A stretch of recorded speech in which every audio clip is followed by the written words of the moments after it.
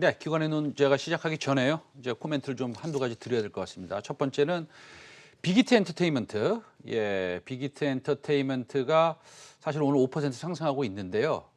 여러분들이 그 위에서 매수하신 우리 개인 투자자들이 많고 시청자 여러분들도 있으실 거라고 저는 생각합니다. 그런데 이렇게 좀 계속 상승세를 이뤄서 여태까지 조금 수익이 저조했던 우리 시청자 여러분들이 조금 수익을 다시 채워갈 수 있는 그런 기회로 삼으면 좋겠다. 좀 올라갔으면 좋겠다 이런 말씀들 드리고요. LG화학 같은 경우에는 사실은 저번에 이제 사실은 회사를 물적 분할을 한다고 했는데 저희 최성민이 빅샷에서 조금 이것을 아무리 그래도 이거는 사야 되는 그런 그 뷰를 가지고 있고 긍정적으로 볼 수 있다라고 했는데 어쨌든 간에 그간 좀 힘드셨습니다. 오늘 상승을 좀 하고 있는데 지속적으로 좀 상승하기를 바라는데 사실 외국인이 아래서 전부 다 또 매수를 해서 다시 외국인이 좋은 펀드멘탈의 주식을 사서 중장기적으로 보유해서 외국인이 다시 수익을 내는 이런 상황에 다다른 거에 대해서는 조금 안타깝게 생각합니다. 물론 지금 LG화학을 아직도 가지고 계시는 분들은 좀 중기적, 장기적으로 홀드하셔서 좋은 수익 내셨으면 하는 바람이 있어서 제가 코멘트 드리겠습니다.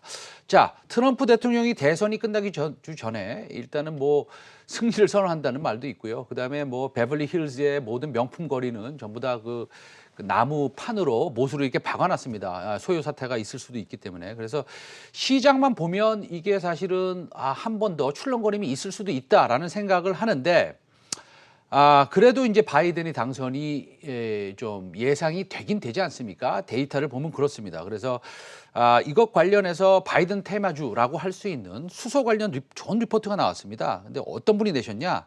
이베스트투자증권의 이한나 연구원이 이 리포트를 냈는데 이 리포트에 대해서 오늘 좀 얘기를 해보도록 하겠습니다. 네, 스튜디오에 모셨습니다. 네, 안녕하세요. 네. 지난주에 낸 그 수소 연료 전지차에 대한 리포트가 여러 곳에서 베스트 리포트를 뽑혔습니다. 네, 축하드리고요. 이번에 그 수소 연료 전지차, 수소차, 그다음에 수소차 부품 소재 이 관련해서 전반적으로 이렇게 아주 설명을 잘 해놓으셨던데 이번에 특별히 뭐 내신 이유가 있으십니까?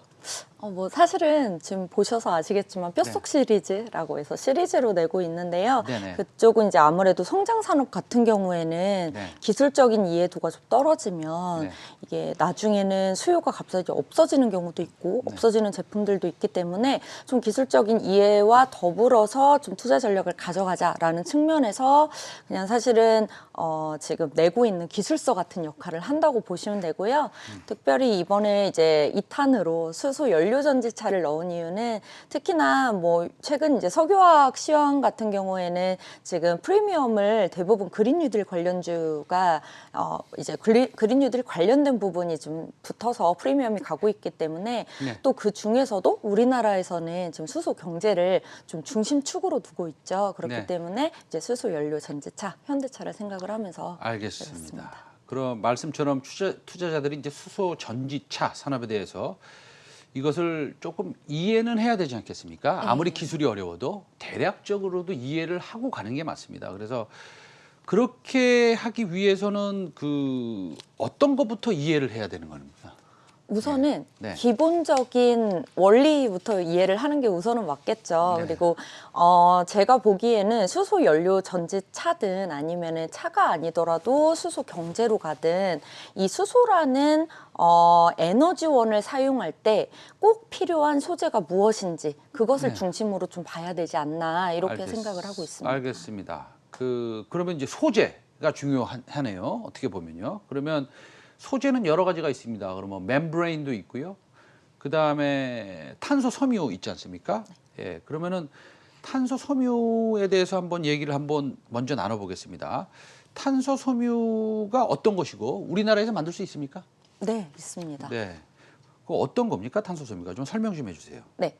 우선 수소라고 하는 원소 자체가요. 우리가 이제 주기율표에서 보면 1번 원소잖아요.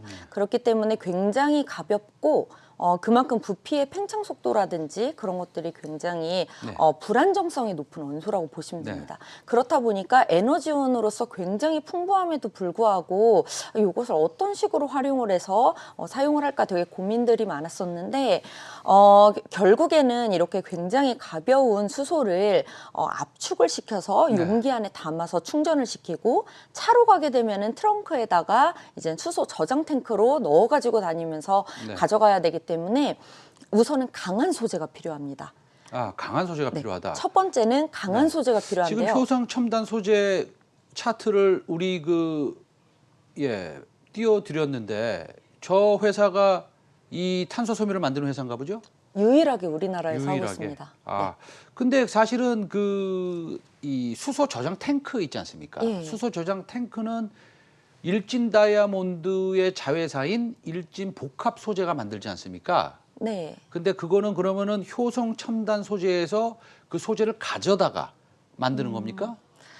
조금 제가 네. 조금 정리를 해드리도록 네, 정리 좀 하겠습니다. 부탁하겠습니다. 네. 예. 우선은 강한 소재도 필요하지만 네. 강하면서 탄성이 동시에 좋아야 됩니다. 이제 기체의 성질을 가지고 있기 때문에 이게 이제는 우리가 헬륨가스 같은 거 고무풍선에다가 넣듯이 네네. 이렇게 고무의 탄성과 철의 이제 강함을 동시에 갖고 있어야 되는데 네. 그게 바로 탄소 섬유라고 보시면 되고요. 네네. 안타깝게도 아까 말씀하신 일진 복합 소재의 CFRP라고 하는 거는 네. 이제는 3차 가공이라고 하는데 네네. 그거의 그 전 단계에 있어서 소재인 탄소 섬유를 네. 지금까지는 도레이 첨단 소재에서 네네. 이제 가져다가 네. 이제 압력 용기에 이제 외형 틀에다가 네네. 탄소 섬유를 깔고 진공 필름을 넣은 다음에 플라스틱 반죽을 집어넣는 과정만 네네네. 하는 것이 CFRP라고 보시면 돼요. 도레이 첨단 소재는 일본 회사죠, 당연히. 네, 맞습니다. 네.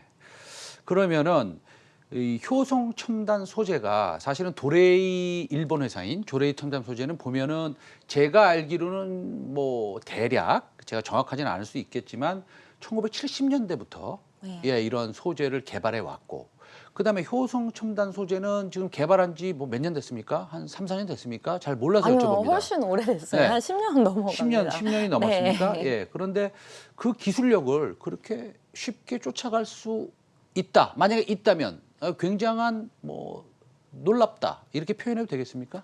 따라갈 수만 있으면 굉장히 파급력이 크다고 보시면 네. 될 것 같습니다. 아무래도 이쪽은 알루미늄 시장을 또 대체하는 소재다 보니까 네. 아직까지는 뭐 우리가 흔히 꿈의 소재라고 말하는 그래핀이 나오기 전까지는 네네. 이 탄소 섬유가 대부분 이 산업 쪽을 확산시킬 거라고 보고 있습니다. 그러면은 효성 첨단 소재에 대해서 조금 더 얘기를 한번 해보자면 도레이 첨단 소재와의 기술력은 얼마나 차이가 있고 앞으로 진행 사항에 대해서 좀 설명을 좀 부탁드리겠습니다. 네. 예. 우선 기본적으로 탄소 섬유의 기술력을 보시려면은요 물성이 얼마나 다양한지를 보셔야 됩니다. 그래서 뭐 우리가 강한 소재만 만든다 이게 좋은 것이 아니고요. 네. 탄성의 세세한 물성, 강도의 세세한 물성이 필요하기 때문에 우리가 이제 기본적으로 회사 홈페이지에 들어가면 카탈로그로 물성표들이 나옵니다. 그 개수가 굉장히 많으면 많을수록 이 기업은 굉장히 물상이 다양화되어 있구나 이렇게 보면 되는 거고요. 근데 그렇게 보면 그냥 좀 손쉽게 설명을 드리면은 도레이 첨단 소재 같은 경우에는 그 물성이 우리가 2페이지가 넘어갑니다. 굉장히 많다라고 보시면 아이고, 되고요. 네.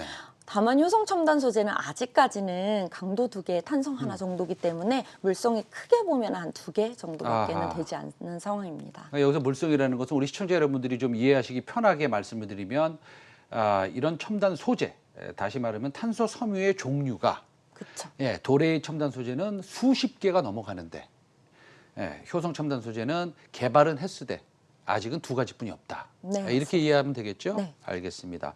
수소 전지가 이래서 우리 국산화도 되고 그다음에 우리가 스스로 이 소재나 이런 것들 개발해서 조금 이제 싸줘야 될 것 같아요. 그렇죠? 너무 네. 비싼 것 같습니다. 그런데 어떻습니까? 앞으로 우리나라가 조금 뭐 개발을 잘 할 수 있겠습니까? 우선 굉장히 많이 노력을 하고 있고요. 네. 사실은 뭐 예전부터 국제과제로 굉장히 많은 연료전지 관련된 소재들이 올라오고 있기는 한데 뭐 아시다시피 신소재라고 하는 것이 뭐 그렇게 하루아침에 되는 건 아니잖아요. 그리고 워낙 업력이 길다고는 하더라도 이게 어느 정도의 완성 제품 쪽, 완제품 쪽의 인증 같은 것도 필요한 부분이 있어서 아직은 조금 더디게 보일 수는 있지만 분명히 말씀드릴 수 있는 거는 2019년 대비 2020년에는 국산화로 이루어진 소재들이 꽤나 많이 있는 상황입니다. 그래서 사실은 뭐 연료 전지 자체로만 보면은 전체 수소차 비중에서 한 40%를 차지를 해서 우리가 이제 아무래도 글로벌리 지금은 현대차가 많이 만들고 있기 때문에 네. 현대차 넥소 기준으로 보면은 한 2천만 원 정도 된다고 보시면 네. 돼요. 그래서 워낙 비싼데 거기 안에 있는 메인 소재들이 이제는 불 속의 멤브레인 막이라든지 네. 아니면 GDL도 요것도 탄소 섬유판으로 만듭니다. 네네. 요것도 도레이 첨단 소재에서 갖다 쓰는 거고요. 탄소 섬유판이라든지 뭐 이런 백금 촉매 이런 것들이 대부분 한 70% 정도의 코스트를 차지를 하기 때문에 이 소재들에 대한 국산화뿐만이 아니고 값싼 소재로의 뭐 대체 이런 것들이 좀 필요한 상황입니다. 지금 말씀 들어보니까 언뜻 말씀 들어보니까 일단은 비싸고 좋은 곳은 전부 다 일본에서 만드네요. 네, 아무래도 그렇습니다. 그런데 그 지금 수소차가 이렇게 딱 있으면 이 수소차의 안에 스택이라는 게 있지 않습니까? 네. 스택이 수소차의 한 40%를 차지하고 네. 그 스택이라는 그 전기차로 따지면 2차 전지죠. 그쵸. 예. 그 스택의 한 40%에서 35%를 차지하는 게 이제 MEA라는 네. 예, 그 불 속에 멤브레인이 포함된 그거 아니겠습니까? MEA라는 건데 그거는 사실 미국에서 고아텍스 쪽에서 만들었는데 그게 우리나라에서 그 전 세계 두 번째로 그것을 현대차와 같이 공동 개발한 회사가 있지 않습니까?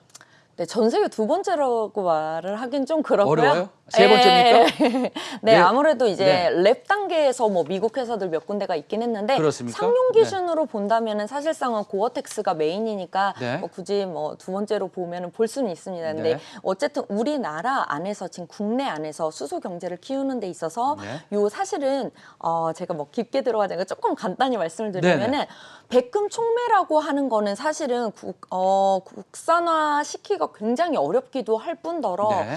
이 백금 촉매는 사실은 반응 속도를 세게 하기 위한 거기 때문에 올리기 네. 위한 거기 때문에 멤브레인 막이 개발이 더 잘 된다면 네네. 촉매의 양을 줄일 수가 있습니다. 네네. 그렇다 보니까 지금 멤브레인 막에 대한 국산화가 굉장히 중심에 있다라고 보시면 네. 되고요.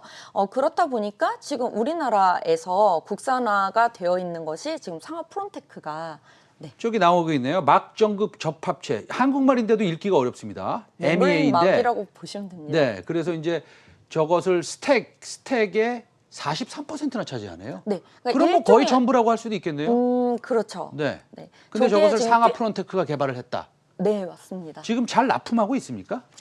사실은 이제 시작이라고 보시면 됩니다. 이제 네. 인증을 받은 거기 때문에. 네. 근데 인증 자체도 굉장히 의미가 있는 것이 테스트 몇 번 이제 어쨌든 상용화를 시키기 위해서는 테스트를 거쳐야 되잖아요. 네. 그 테스트를 지나게 되면 적어도 2022년 하반기부터는 넥소 물량에 이제 본격적으로 이제 고어텍스하고 같이 듀얼로 들어갈 수 있게 될 것 같습니다. 고어텍스와 같이 듀얼로 들어갈 수 있다.